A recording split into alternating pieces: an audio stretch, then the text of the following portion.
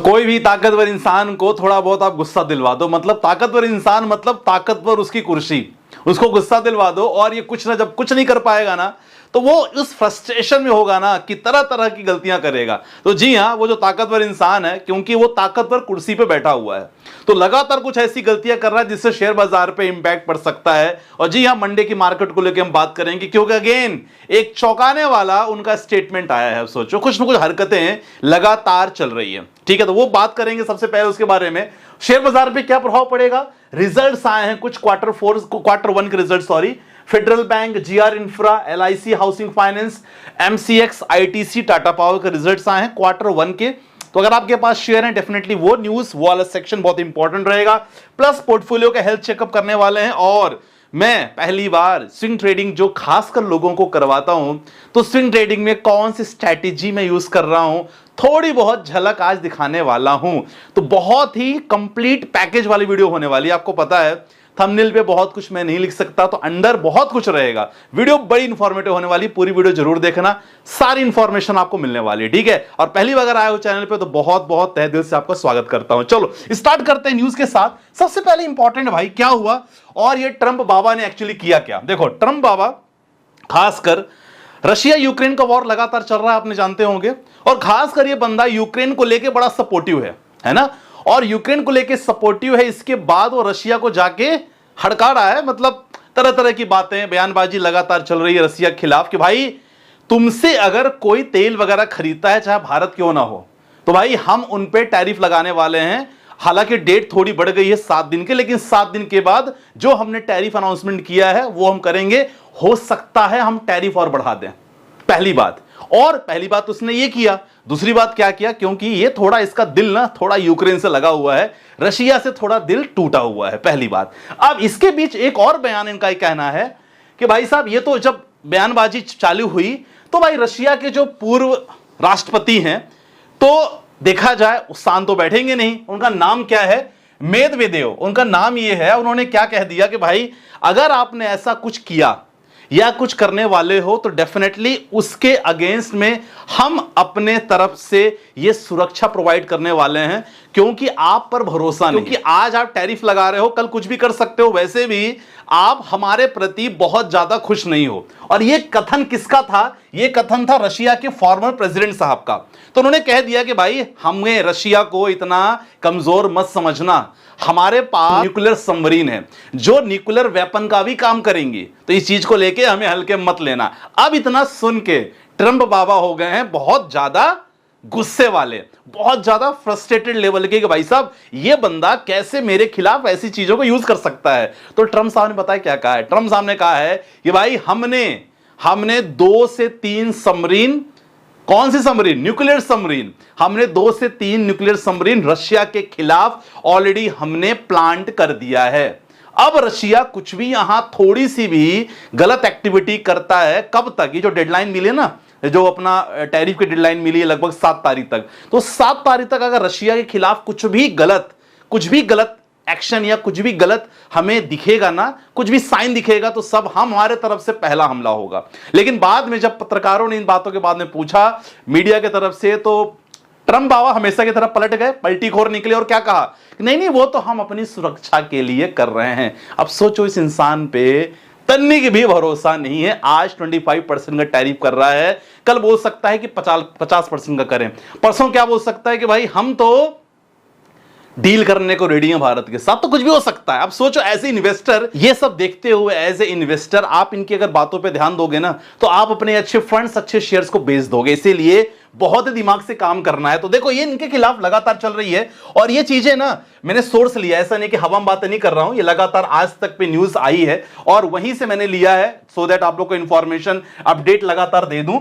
ये लगातार उन्होंने कहा है, मेदवेदेव ने बयान पे क्या कहा है कि भाई ट्रंप ने तैनात किए हैं परमाणु पनडुब्बी, और रूस ने भी कर ली है तैयारी। तो मतलब दोनों तरफ से कह सकते हैं कि दोनों तरफ से तैयारियां चालू हैं।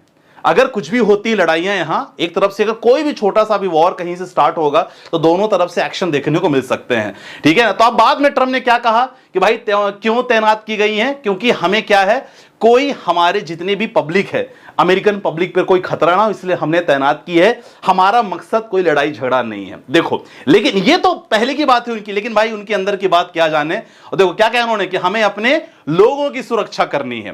तो ये सारे चीजों के बाद ना, क्योंकि जब ऐसा होता है तो भाई वर्ल्ड वॉर 3 सिचुएशन कुछ भी आ सकती है।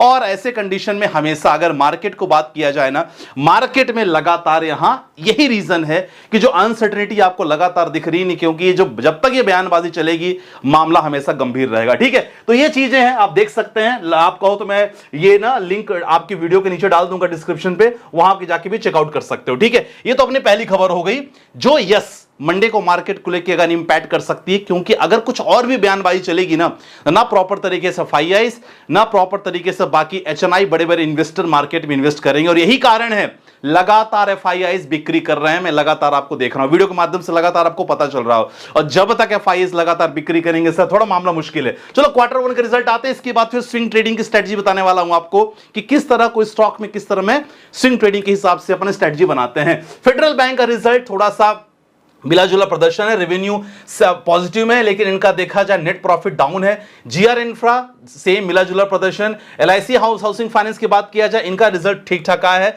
आप इनकी स्टडी कर सकते हो। ठीक है, और MCX रिसेंटली हमने देखा है कि MCX को लेके काफी अलग अलग खबर आई थी, जहां पास उनको जो देखा जाए मोनोपोली जिसके लिए बहुत फेमस है, खासकर इलेक्ट्रिक सप्लाई के लिए, थोड़ा मोनोपोली छीन ली गई। लेकिन इसके बावजूद भी अगर देखा जाए तो MCX में ठीक ठाक रिजल्ट इनका अच्छा है। कंपनी के कमिटमेंट्स और कंपनी के जो स्टेटमेंट वो थोड़ा पॉजिटिव हुआ है, तो MCX को लेके भी ठीक ठाक है, आप इसको अच्छी स्टडी कर सकते हो। ITC के रिजल्ट भी ठीक ठाक है, जिसका परिणाम फ्राइडे के मार्केट को भी दिखा है। और FMCG सेक्टर में एक ITC कंपनी को आप लॉन्ग टर्म के लिए प्लान कर सकते हो, स्टडी कर सकते हो। जी हां, टाटा पावर के भी +4% रेवेन्यू और नेट प्रॉफिट +9% आया है। एनर्जी सेक्टर के लिए, पावर सेक्टर के लिए टाटा पावर का भी आप स्टडी कर सकते हो लॉन्ग टर्म के लिए। देखो, स्टॉक्स के मैं डायरेक्टली नाम नहीं दे सकता, इसीलिए जब भी आपको स्टॉक रिलेटेड कोई भी information, long term short term stocks कुछ भी इंफॉर्मेशन चाहिए, आप हमारा स्टॉक ग्रुप ज्वाइन कर सकते हैं, डिस्क्रिप्शन पे नंबर मेंशन है। चलो अब टेक्निक पे बात करते हैं। जी हां, स्विंग ट्रेडिंग मतलब होता है, देखो आजकल जॉब में लोग ना नॉर्मली ऑप्शन ट्रेडिंग की बात करें, इंट्राडे की बात करें नहीं कर सकते हैं। स्विंग ट्रेडिंग मतलब होता है सिंपल, हमने कोई स्टॉक हमने ले लिया और हमें ये एज पर आवर एनालिसिस हम ये समझ पा रहे हैं कि हो सकता है after 15 days, after 20 days stock में मूवमेंट हो। मान लो आज स्टॉक 100 रुपए का हो सकता है 120, 130, 140 रुपए का हो, हम खरीदें, इसके बाद हम प्रॉफिट बुकिंग कर लें। Simple is that. इसी को कहते हैं स्विंग ट्रेडिंग। मतलब स्टॉक अपनी पोजीशन चेंज करे, हो सकता है कि पहले बुलिश हो बाद में बेयरिश हो, पहले बेयरिश हो बाद में बुलिश बन जाए, उसके मोमेंटम को हम चेंज करने के बाद, मोमेंटम देखने के बाद हम स्टॉक में प्रॉफिट बुकिंग करें, इसके लिए स्विंग ट्रेडिंग कहते हैं। चलो, इसके लिए अगर आप रेडी हो तो मैं आपसे कहूंगा कि 2 इंडिकेटर आप लगा सकते हो। जो मैं स्ट्रेटजी आपको बता रहा हूं केवल मैं झलक दिखाने की कोशिश कर रहा हूं, ज्यादा जानकारी के लिए आप डायरेक्टली मुझसे संपर्क कर सकते हैं, नंबर डिस्क्रिप्शन पे है। लेकिन ये इंपॉर्टेंट इंफॉर्मेशन क्या रहेगी, इसके लिए 2 इंडिकेटर EMA 9 और EMA 20, एक्सपोनेंशियल मूविंग एवरेज 9 और एक्सपोनेंशियल मूविंग एवरेज 20, आप दोनों इंडिकेटर अपने लैपटॉप में डालो। ठीक है, आफ्टर जैसे इंडिकेटर आप डालोगे ना, डेफिनेटली आपको 2 ये ग्राफ दिखेंगे। मैंने EMA 9 हमारा ये रेड कलर की ये जो रे दिख रही है और ये में 20 व्हाइट कलर की दिख रही है। सिंपल बच्चों की लैंग्वेज में आपको बताऊं, टाइम फ्रेम आपको यहां लेना है, डे का टाइम फ्रेम लेना है, ध्यान रखना।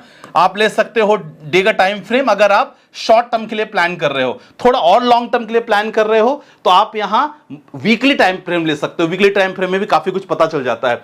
जब भी आप टाइम फ्रेम करोगे तो आपको ना कोई भी इंडिकेटर, कोई भी जैसे आपने सर्च किया कोई भी स्टॉक को, तो आपको 2 किरणें दिखेंगी, ये 2 रे दिखेंगी।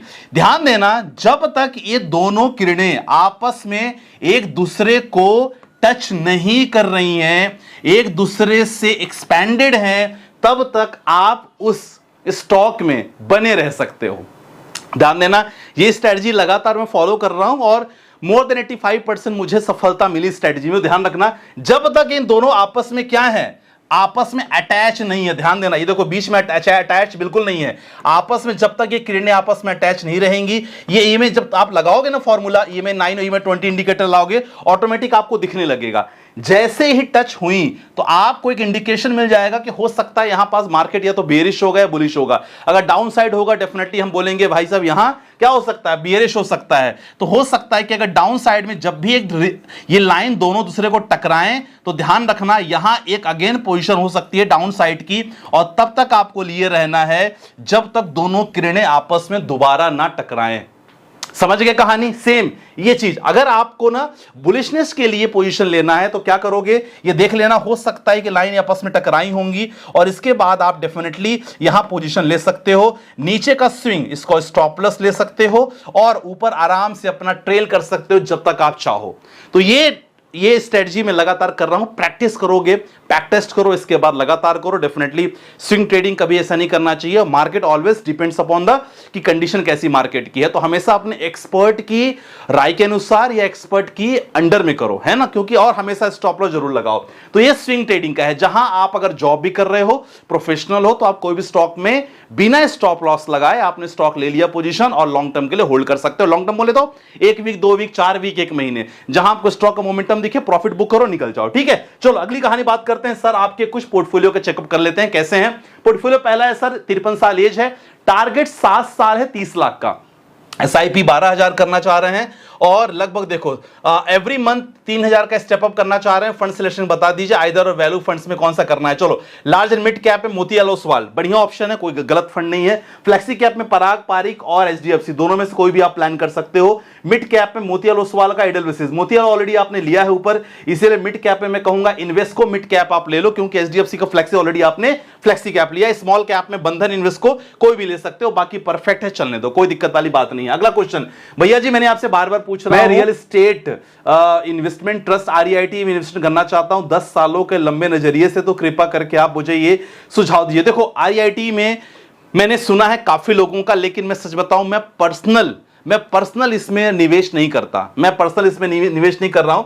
अब रियल एस्टेट इन्वेस्टमेंट आपको ट्रस्ट, अगर देखो ये जो ट्रस्ट है ना, इसमें काफी लोग कर रहे हैं, मैं इंटरनेट पे देख रहा हूं, लेकिन भाई मैं पर्सनल कुछ नहीं कर रहा हूं, तो मैं आपको ना वो राय नहीं दे पाऊंगा। मैं राय आपको वही दे सकता हूं जो मैं खुद कर रहा हूं, तो वो कॉन्फिडेंस के साथ आपको मिल सकती है। तो फिलहाल मेरी तरफ से तो भाई ये बिल्कुल नहीं है, क्योंकि मैं करता नहीं। हो सकता है आप किसी एक्सपर्ट से बात करो, वो आपको ज्यादा इंफॉर्मेशन देगा। अगला क्वेश्चन है सर, संदीप जी नमस्कार, एज 35 साल है, टारगेट 15 साल है, ETF SIP करना चाहता हूं, 1 टाइम से 1 लाख इन्वेस्ट, सभी में 2000 पर मंथ मेरा पोर्टफोलियो।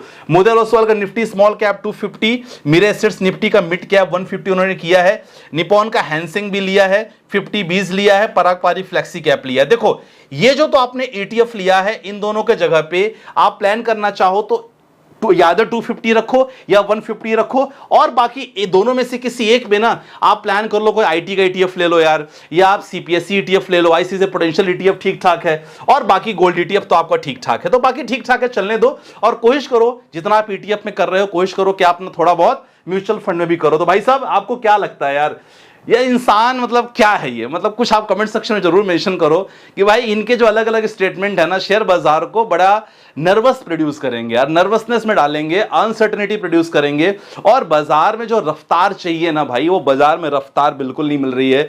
क्योंकि इंसान ना, जब से भारत ने जवाब दिया है तो इंसान तिलमिला गया है कि भाई रशिया के साथ आप इतने अच्छे कैसे घुलनशील हो सकते हो, है ना। तो बहुत सारी चीजें हैं जो मार्केट को हमेशा इंपैक्ट करेगी, लेकिन अल्टीमेटली आपको इन बातों का ध्यान रखना है। ये सब चीजों के कारण अपने आप शेयर्स, अपने अच्छे फंड्स कभी भी केवल बातों में आके कभी अकाउंट अपना पोर्टफोलियो अपना खाली ना कर दो। तो इन चीजों का हमेशा ध्यान रखना, हमेशा एक्सपर्ट की एडवाइस लेना। बाकी आपको कोई भी सर्विसेज चाहिए म्यूचुअल फंड्स को लेके, स्टॉक मार्केट को लेके, स्विंग ट्रेडिंग को लेके, डेफिनेटली डिस्क्रिप्शन पे नंबर है, वहां से हमसे आप जुड़ सकते हो। चलो बाकी पर ध्यान रखना, मिलते हैं नेक्स्ट वीडियो के साथ, बाय बाय, टेक केयर, जय हिंद गाइस।